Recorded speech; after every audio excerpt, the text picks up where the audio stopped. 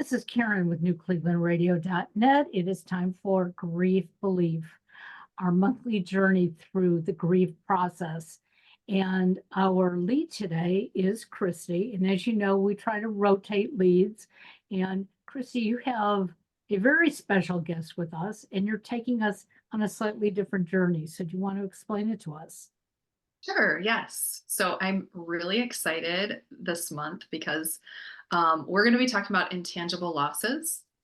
Intangible losses are losses that cause emotional pain, but they're not typically recognized as loss or as a grief experience. So there are things like the loss of trust or the loss of safety, the loss of security, the loss of control or the loss of fertility, even the loss of like unmet hopes, dreams, or expectations. And tonight we're going to be talking about the loss of physical abilities. And this is something that everybody, maybe I shouldn't say everybody, almost everybody will experience in their lifetime. This loss of physical ability, whether it's due to age, or it's due to some kind of an accident. Typically, we're going to go through this, and we don't always recognize that the feelings and emotions that we're having while going through this loss is grief. We don't even realize that that's what's happening to us. So today, I'm so excited because I have my beautiful sister here to share her story. And I forgot to bring tissues because I have a feeling I'm crying during this one. You know, my sister is just amazing. I adore her. She is part of my very soul. I mean, I tell her I love her like sparkles because sparkles are messy. They get everywhere. You can't get rid of them. Sometimes it's annoying. But I just love her so much. So I'm so excited to have her here and to share her story. And I really think that her story is going to just help people. I think it's going to, so many people are going to be able to relate to what she's gone through, what she's going through, and help people to not feel alone. Like, I think people don't realize that this is something that everybody goes through, and it's not easy, and it is grief, and it is hard, and we're here with you. You're not alone in it. And so Connie, thank you for being here. Thank you so much for being here. And if you would just start telling your story, maybe even start back, you know, in your younger years and what you were like physically and your career and all that stuff. And I also want to say, for all of our panel here, if you have any questions while Connie is talking, please just raise your hand so that she can kind of stop and address your question in the moment. So don't hold back. Feel free to do that. So welcome, Connie. Thank you. Thank you so much. Well, yes, I'm 63 years old, and I have been married to a wonderful man for almost 40 years. And I got two sons. One's 36 and lives in Columbus and is married and has three little ones. And then I have another son that's 33 that lives close by, and he's married and has a little guy. So I've got four grandkids. And as I've gone through this part of my journey, they're one of the biggest reasons that I have fought so hard to try to get my health back to a state where I can function better. So I was never an athletic child. I was never in sports or anything like that. But as I got into my college age years, I started getting involved in exercise and really enjoyed it. And eventually I got my teaching certification for fitness. And along with that, though, I had gone to college and became a dental hygienist. And I've been a hygienist for 40 years now, with the same practice for about 34 years. I have had to give up the dental hygiene portion of my career about a year ago because of my health issues. And so I'm in a fortunate position to be in a different part of the practice now. And we can maybe talk a little bit about that, you know, as the conversation goes on. But Yeah, it was very, very active. I, taught fitness classes for 25 years. Towards the end, I was teaching spinning classes for about 12 years. I ran for many, many years. And as I got older, some of those things you had to slow down at just because, my hips and things like that didn't like me running any longer. But always exercise to some degree every single day. And I loved it. I always loved exercising. So it wasn't like it was one of those things where I, had to force myself, or, it was just like, get outside, go take a walk, go ride a bike, or whatever I could do in the day.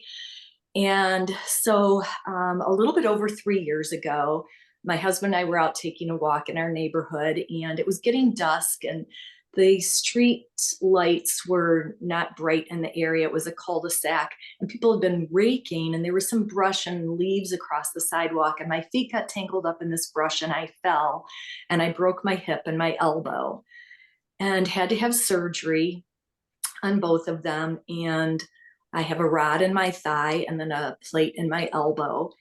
And so my activity level, of course, in the very beginning had to change drastically.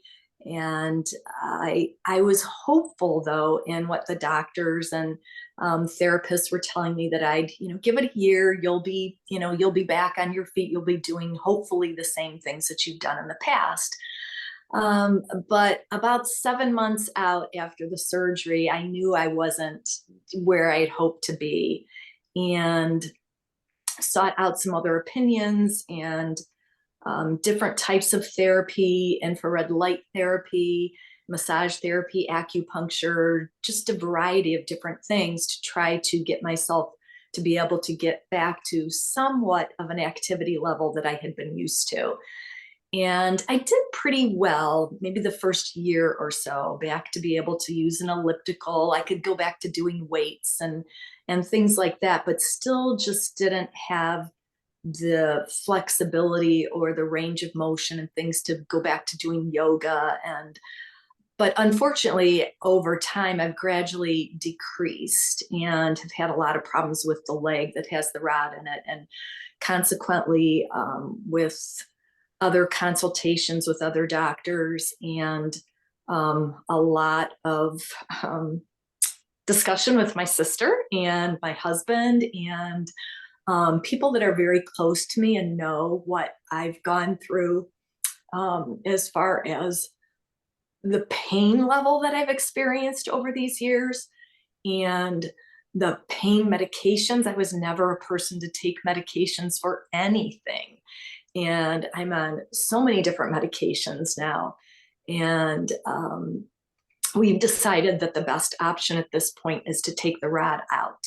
And that's what I'm looking forward to having done in about 3 weeks. So it's a scary path to be going down, because we have discovered early on, I knew probably 10 years ago that I had osteoporosis. And trying to avoid some of those bone medications, I've done everything that I could from a physical standpoint that I felt was reasonable without taking the medications. But recently we found out it's gotten dramatically worse. And so I've had to take step aside my strong feelings about not wanting to be on these meds because of other side effects that can occur. And I've had to start taking them. So, so there's risk in this surgery. There's risk at taking this rod out that my leg can fracture again. But leaving it in is just not an option. I've gotten to a point where I'm living the majority of my life either in my house or at work. And I can't go outside and take a walk anymore around the neighborhood.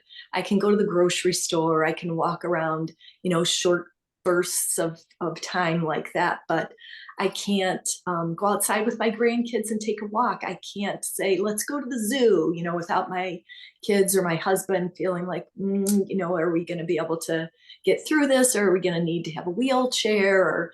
So it's changed my life dramatically from what I thought my life would be like even 3 years ago. And it is what Kristy has mentioned, you know, an intangible loss, as far as you don't think about it as a true loss. You really don't. It's not, you know, I haven't lost a loved one in my life. I haven't lost, yes, Allison. Yeah, could you talk a little bit about the, you know, the emotional journey? So you've talked about what's happened physically as your capacity has gotten smaller. Yes. But it sounds also like it's been a real roller coaster, you know, of hope and disappointment and hope and disappointment. Could you speak a little bit about that? Because I think that's a lot where the grief is. Yes, yes.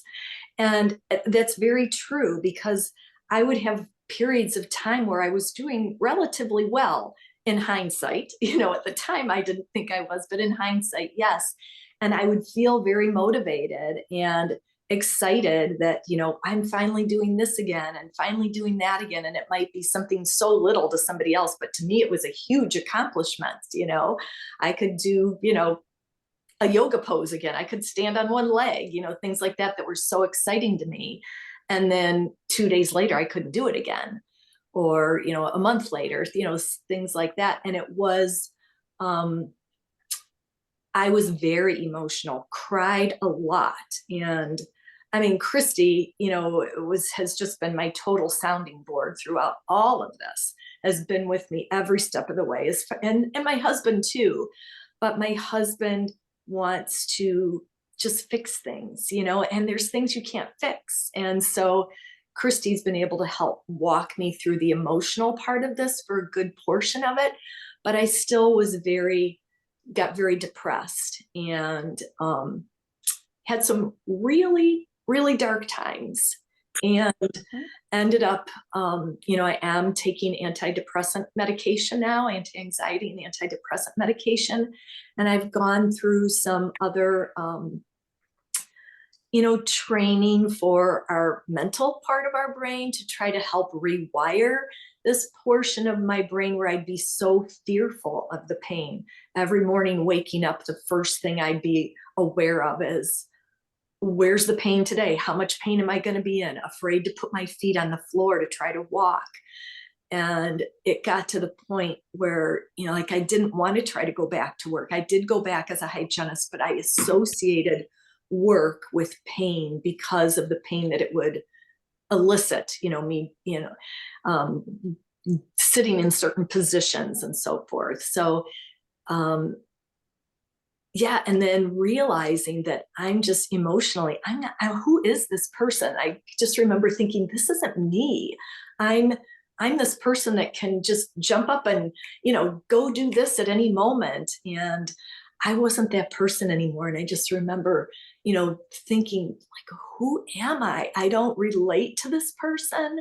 I'm the exercise person. I'm the dental hygienist. Those are the things that you identify yourself with, you know, your profession. Yes, Karen. So what I'm hearing is, when we look at you, you look healthy. You look absolutely perfect.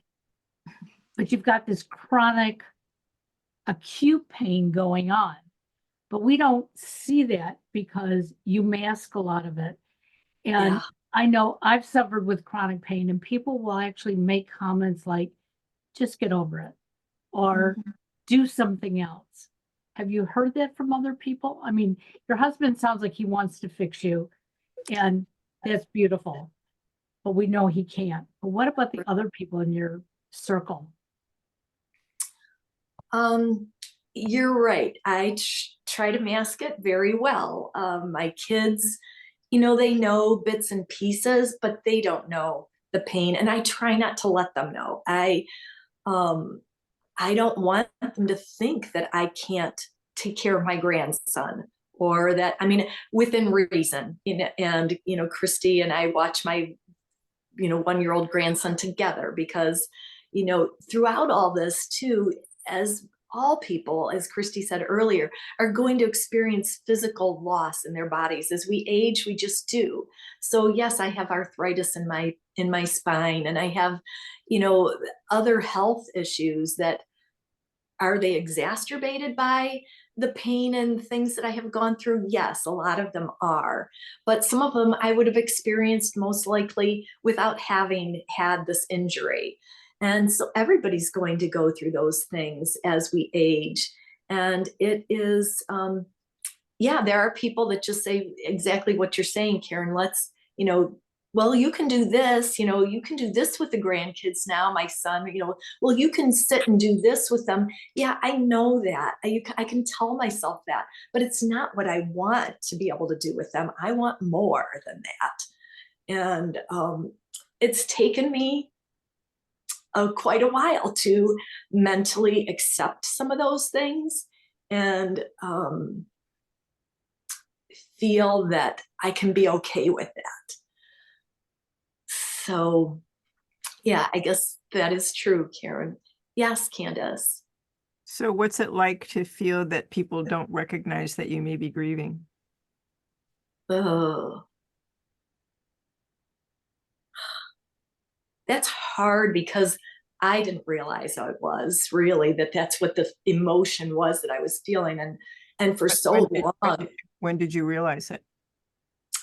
When Kristy started pointing it out to me, or not pointing it out, but making me see the correlation between grief and what I was experiencing.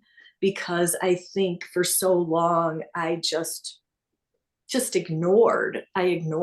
It was just, okay, I'm gonna, I'm just gonna get through this. I'm just gonna keep plugging through. I'm gonna try harder. I'm gonna do more today tomorrow than I did today. And it just didn't work that way. So, and what stands out for me is that that's like another layer of pain, emotional pain and so on, but, and isolating. Yeah. And I think you don't want to feel like,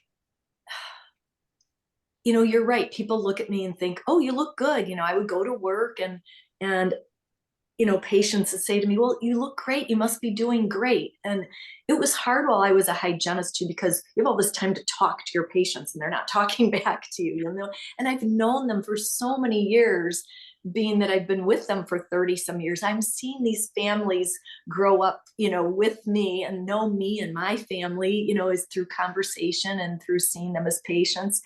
And they didn't see, the emotional part of it. And I don't think either, a lot of times my coworkers didn't see it either, because you just try to plug through your day and be positive. You keep telling yourself, okay, I'm going to have a positive attitude today. And you try to just mask it.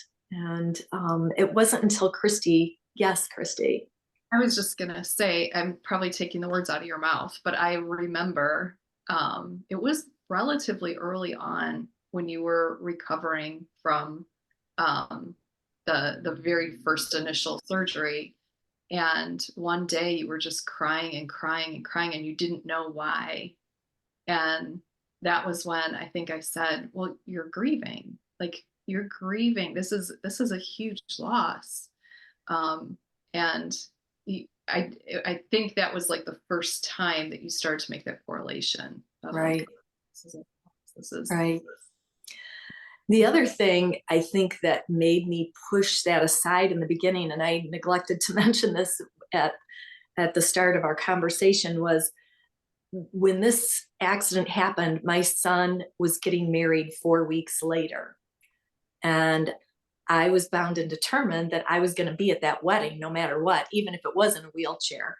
But I was fortunate enough to have transitioned from a walker to a cane the week of the wedding. And the cast was off my arm at that point. And I walked down the aisle at my son's wedding, just holding my husband's arm. So even all these people that are, seeing me at this wedding and, little small reception, it was during COVID, and we had pared down this wedding so many times and changed the plan so many times. So it was small, but I did even like a little kind of a dance on this little, with my son. So it was very, yeah, let's just ignore the fact that, yeah, she looks like she's doing great. Yes, Allison.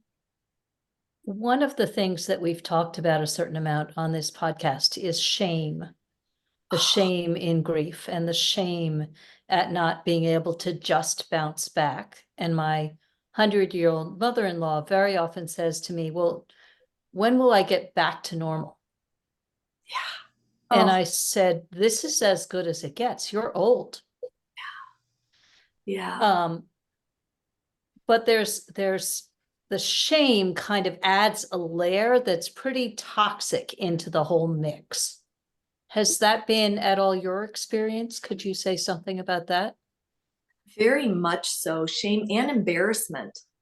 I'm embarrassed. I mean, we have, friends that invite us to go places, and I feel like I'm constantly making, a little bit of an excuse, like just because I know that I can't do, let's go, to this concert where we have to walk, long distance. And I'm so embarrassed that I'm not that person anymore that I used to be able to say, yeah, let's go, and I feel like we've gotten so isolated. And of course, a part of this was this was right, during COVID too, where we were isolating ourselves more. So as you try to get back into, I feel like I never got totally back out of, that isolation feeling. And yes, shame for sure. And maybe, I was ashamed that I couldn't handle the emotional part of it without going on medication. And I tried for the longest time to feel like I went, I sought out a counselor and was going for counseling. And, but the constant, depression and crying at the drop of a hat, I would cry. And I just thought, this isn't me. I can't live like this either. I might not have the physical part of my body that I like, but I need some of my mental capacity back that I can function. So yeah, I think there's always some kind of a shameful feeling that you can't handle this on your own. Why do you have to go on medication for this? You should be able to, you're tougher than this. You're stronger than this. You should be able to do this yourself. Connie, don't you understand that? And it took me a long time, that when something physical changes about ourselves, but people don't see it. So like when I first started wearing hearing aids, I made sure that my hair was over my ears. I didn't tell anybody I was wearing them. And yet, even hearing aids, you don't always hear everything. And so people started saying things to me like, Karen, you're getting a little bit older. Have you had a hearing test yet? And it was like, if I had told them, it would have been easier. And I know you've held it in, a lot. You haven't wanted to share it with people, but now that you're coming out more, do you find that maybe it's getting a little bit easier? Yes, I think in some ways it has gotten easier. And just recently, I've experienced a lot of increased pain in my leg. And I've had to, in the last week, on occasion, have to walk with my cane again hopefully until this surgery. But, I've become more accepting of that. I'm keeping it with me in the car when I go to work, because I don't want to get into a situation where, I can take a couple steps, but I can't take another step without it. And, I just thought, after this surgery, I have to be non-weight bearing for probably 2 months. And that's going to mean crutches, a wheelchair, possibly a walker. And once I can put weight on it, it's going to be a cane and a walker and crutches and, for who knows how long. And so I just think, well, people are going to have to get used to seeing me like this anyway. So I might as well use my cane now if I need it. Absolutely. So yeah, I think it's gotten a little bit easier for me to accept that fact and be able to just tell family or friends, yeah, I'll be there, but I might have to have my cane with me. Connie, what has their response been to that? People at work are like, yeah, whatever you need, if you need us to come out and help you walk in from the car, if I'm terrified, of course, of going anywhere where there's ice and, or snow, and my kids and my family are always, checking in if there's bad weather outside, don't you dare go anywhere today, that kind of thing. But I think, yeah, I mentioned it to the kids, that I might have my cane, and my grandkids have seen it.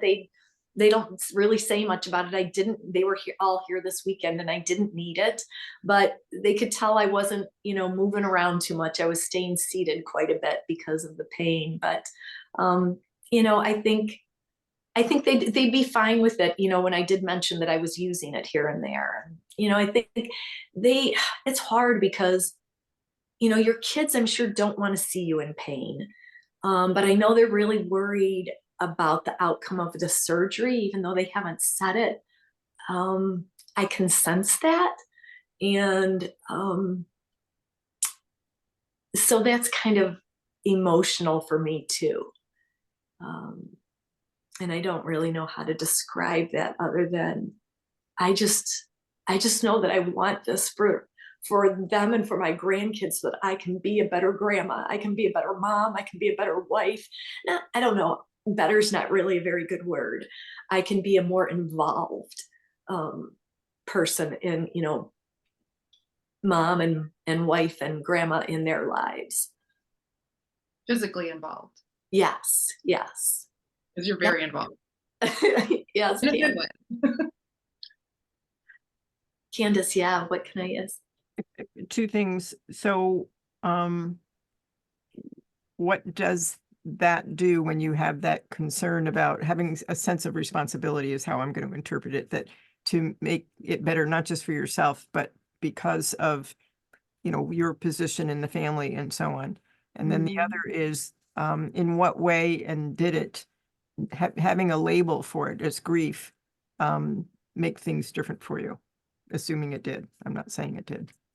Yes. I think it really has. It really has helped me say, oh, yeah, that's why I'm feeling this. That's why I'm going through this emotion. There's actually a real reason for it.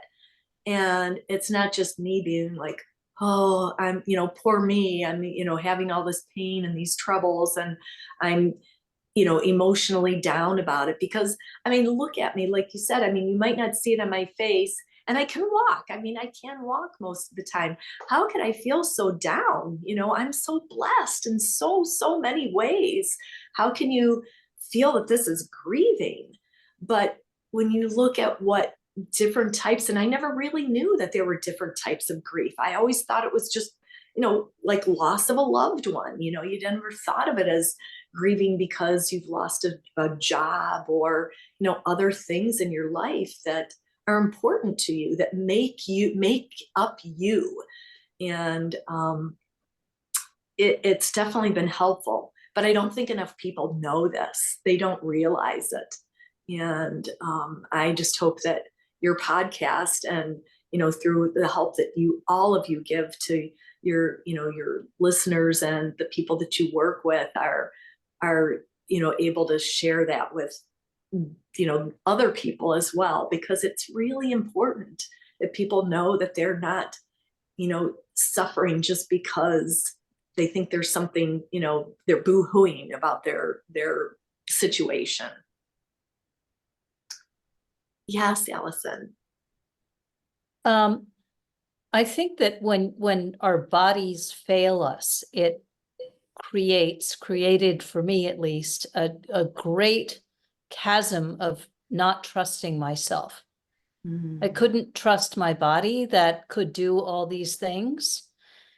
And when my husband died, I lost huge pieces of memory for a period of time. I could not remember things. And I sang in an open mic. And then even after he died, I went out to sing in a cabaret show. And the 3 songs that I knew, I lost them because I got so scared and so unsure if I could trust my mind, because it had failed me before, that I choked. Completely crashed and burned.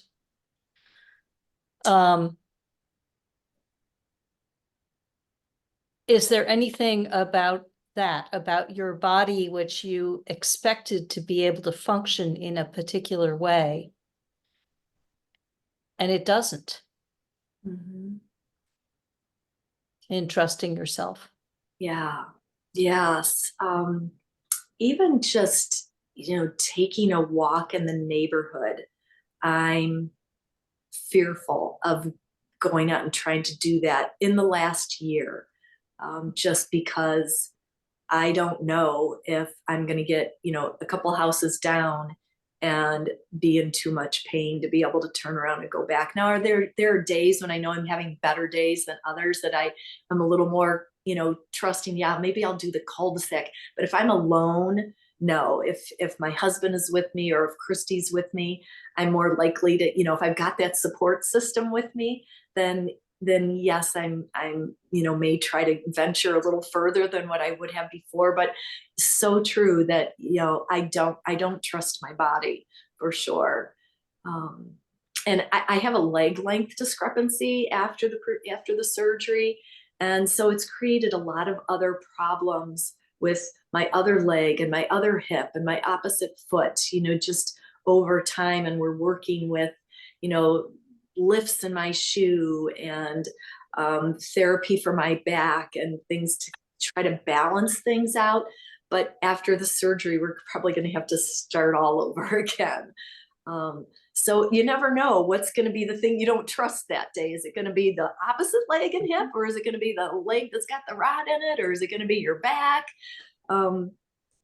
Yeah, so I can relate to the fear of having something that you don't trust in yourself. Yes. So, Connie, how are the doctors, your medical team, preparing you? I mean, you're having surgery, you're having the bar taken out of your leg, that 2 months of non-bearing weight, okay?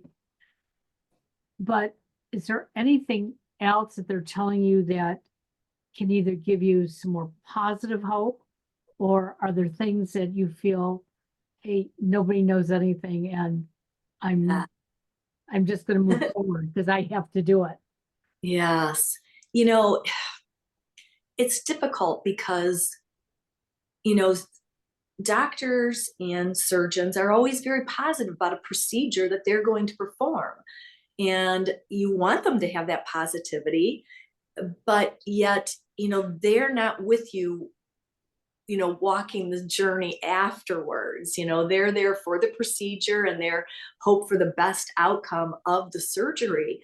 But, you're left with scar tissue. You're left with, areas, where they're going through nerve and muscle and,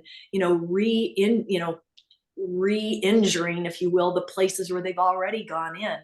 So I know just from past experience that, they might say 2 months. And again, with the osteoporosis, they really don't know how quickly this bone is going to fill in. It may be longer because of being osteoporotic.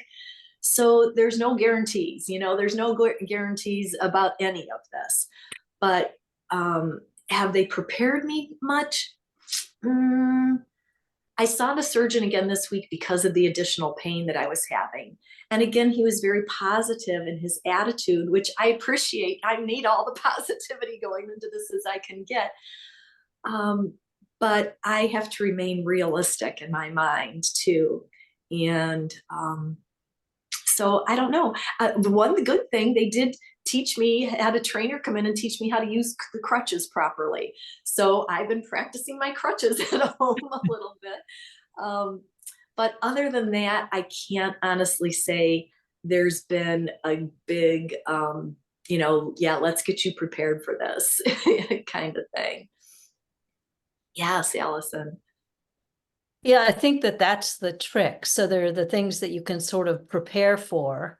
Mm-hmm. My husband had stage 4 pancreatic cancer. They were like, make a will. You prepare for that, but you can't prepare for the actual experience. Mm-hmm. So the stuff that you can prepare for, the stuff you can't prepare for, is there a way to sort of, you've been down this road to some degree before for a while, right? Right. Is there a way to set up the people around you, your support, to keep your quality of life up so that the things that you love to do, to be around your grandkids, to do a variety of things, you have people set up. I know that I'm going to want to be doing these things and I'm going to be immobile. Right. Yeah, actually, we do have a good amount of that. From the physical aspect of it, we have all the equipment here at home. And actually, this weekend coming up, my husband and I are gonna, put the shower seat in. And I mean, I had to have one before, but I was able to put weight on my legs. So we have a different regimen that we're gonna have to use, and we're gonna practice it. How is he gonna get me in and out of the shower with not being able to use, put my foot on the ground, and just the little things like that, the toilet seat, all those little things that know you're going to need. And I can get those going here at home now and practice them, so that while I got, the strength, after surgery, I mean, they tell me it's going to be outpatient. And as long as there's no complications, I'll go home that day. But as far as the family support, yes, Kristy's going to be with me. My husband will take a week off. Kristy will be with me after that pretty much every day for the most part. And she will be watching my grandson still at my house. I'll still get to see him. Kristy's going to have her hands full for a little bit. But, we've had so many family members, offer to help make meals for us and have, that kind of set up. And, a lot of people that say, hey, we're going to come and visit you, while you're home. If you're not able to get out, when you're starting to feel well enough to have people come over and visit, let me know and we'll come over and, spend some time together. And so I'm hoping to go back to work within a couple months, but we're going to have to see, how the healing process goes. Sure. Go ahead, Alice. So this is a thought or a suggestion. Is Please. there a way that you could sort of assign a team leader for the people who say, I want to do this, I want to do that, to orchestrate the support? Mm-hmm. Because you don't thought. want everyone crashing in on you all at the same time, and it's Right. going to be over a period of time. So if you can ladder out the support so that you have it over time, but it doesn't all land on one person, that would probably be really helpful. Yeah. Yeah, that's a really good thought and good suggestion, because you know how it is too, when somebody that is ill or not doing well and needs support. It's like those first 2 weeks, everybody wants to help then. And then, by week 5, it all dwindles off and you're still, needing the support and help. So that's a really good idea. Thank you. Yes, Candace. I nominate Kristy. Do it. Believe me, after the first week of being home with me, she's going to be calling everybody she can to come and take her place. I have another question though, Connie, if I may.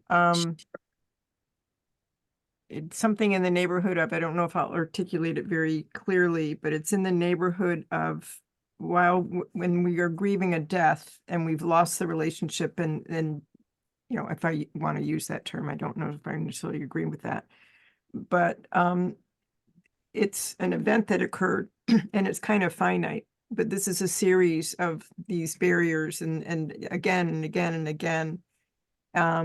So are you able to recognize that all of these are grief episodes? They're from that original episode, but it's reverberating. Yeah. And then what would recognizing that, do? And then third, if I can just add this, what do people like us, people in the community and so on, we all say really unfortunate things like, just buck up, whatever, all the things that we say and we've talked about in prior episodes. How can we be better at that? I think, the one thing that I have found, even just being able to talk about it, and not necessarily need a response, not necessarily need an answer or a solution, but just being able to talk about it and have somebody listen and just say, you know, wow, that's a lot, you know, that's a lot. Or the other thing that I think is so supportive for, or it has been for me, is when I'd have a small accomplishment, you know, I could march, you know, once I could march and lift my leg up. I mean, that was huge to me that I could lift my leg. And for somebody, you know, like my kids or my husband or somebody to be like, yeah, okay, you know, but to me it was like, oh my gosh, I want somebody to be like my cheerleader. Like, yeah, that's awesome. Look at what you can do now. You couldn't do that a week ago. And Kristy's been that person for me. But I think that's one of the things that's important as you're healing, whether it's an emotional healing or a physical healing, is to recognize those signs of improvement and have, you know, let yourself pat yourself on your back a little bit for those little things. Because it really is so,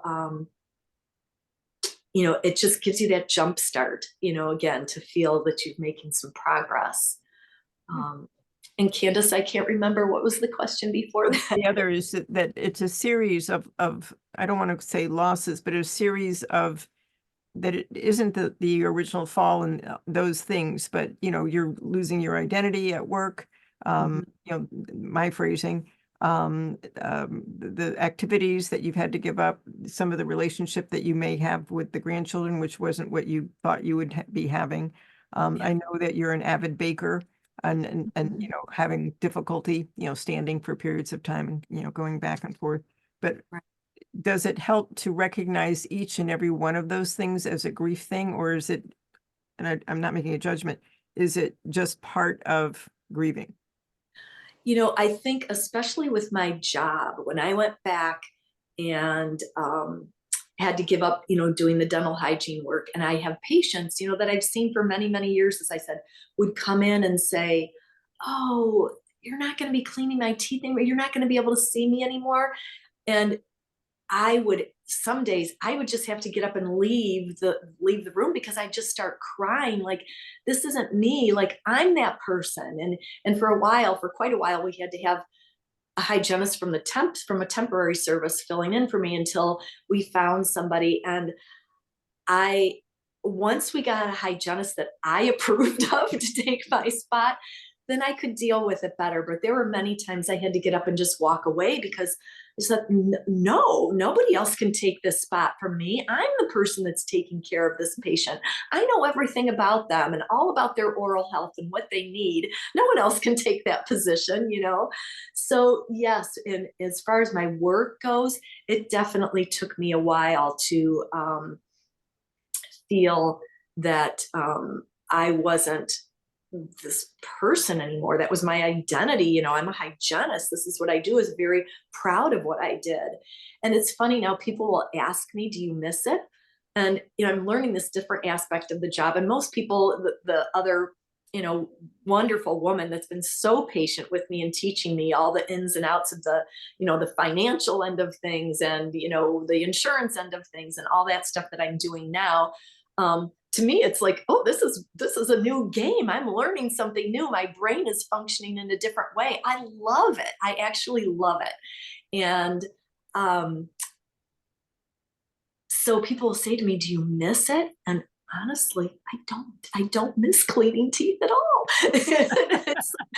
You know, I'm kind of surprised at that, but I don't. And like I said, once we found a hygienist that I felt confident in to take over for me, that was a game changer. Absolutely. So Connie, everything that I've heard you say, we all are experiencing very similar things as we get older. Okay. Whether it's, we have to change our job, whether it's, you know, I can't stand and bake anymore. You know, I used to love being able on one day to clean my whole condo. I would be like, I was so proud of myself. I could do it. I can't anymore. And I have to realize that my quality of life is more important than having every single room clean on the same day. And it's not easy. Okay. There are days that I actually sit and cry about it. It's because like what happened to me. But you have a great support system. And if nobody else, you at least have your sister, and you two were close before this ever began. What would you say to somebody who doesn't have that support system? I don't know. That is a really tough question because, obviously I've mentioned my sister quite a bit tonight, but I have a husband that is incredible, incredible. He adores me for one thing, which I don't deserve, but he does. And he does everything for me. Not, like you said, Karen, I used to, you could eat off my floors before. And, I just can't do the house cleaning that I used to do. I can't do the laundry. I don't have to ask him to do anything. He just does it. He does it. And he last night I said something to him about, I hate that I'm a burden to him. And he was just in tears. And he said, "You're never, ever a burden to me.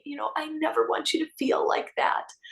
And so I am so blessed and so grateful to have him in my life. Not only because I love him, because he's my husband, but, those are the things that you don't think of when you're young, that you're going to need as you get older, whether it's due to an injury or just due to aging and the things that our bodies fail at as we get older. So to not have those people around you supporting you, I don't know, Karen. I honestly don't know where you go other than the one. I know this is something I have to point out as well, is my faith has gotten so much stronger over these last few years. That me being able to have a closer relationship with God has given me a lot of courage and strength too. And that's the thing that I know, that if you don't have a physical person, that if you have a strong faith or any faith at all, that's a good place to start your journey. Thank you. Beautifully said. Connie, one of the things that I love about your story and about having you on tonight is the fact that you're in the messy middle. It's not all tied up with a perfect bow, and you're not through it. You're in the middle of it, and I so appreciate you coming on and sharing your story and your messy middle with us. And I so appreciate that. I just really think that so many people, when we are going through things, most of our lives we're in the messy middle. So thank you so much for being willing to share that. And we, of course, all will be sending you positive thoughts, vibes, and prayers for the surgery. But thank you so much. It was just so great to have you on and share, because I think your story is going to help so many of our listeners. I hope so. I hope people can learn that it's not, just, grief isn't just a loss of a person or a loved one or a pet or something that's a tangible item, that there are other ways that, we learn that there are other ways that we grieve, and that it's okay. And we can find answers by recognizing that this is grief. Well, we're all here to support you. I hope you Thank you. that. And I will be contacting Kristy, getting my name on that list. So whatever you need. Thank you so much. So Thank I you want to for thank the panel. sharing. It was, I think, very emotional for all of us, a little bit different than what we've talked about. And Kristy, thank you so very much. And we'll see you next month. Take care. Good night.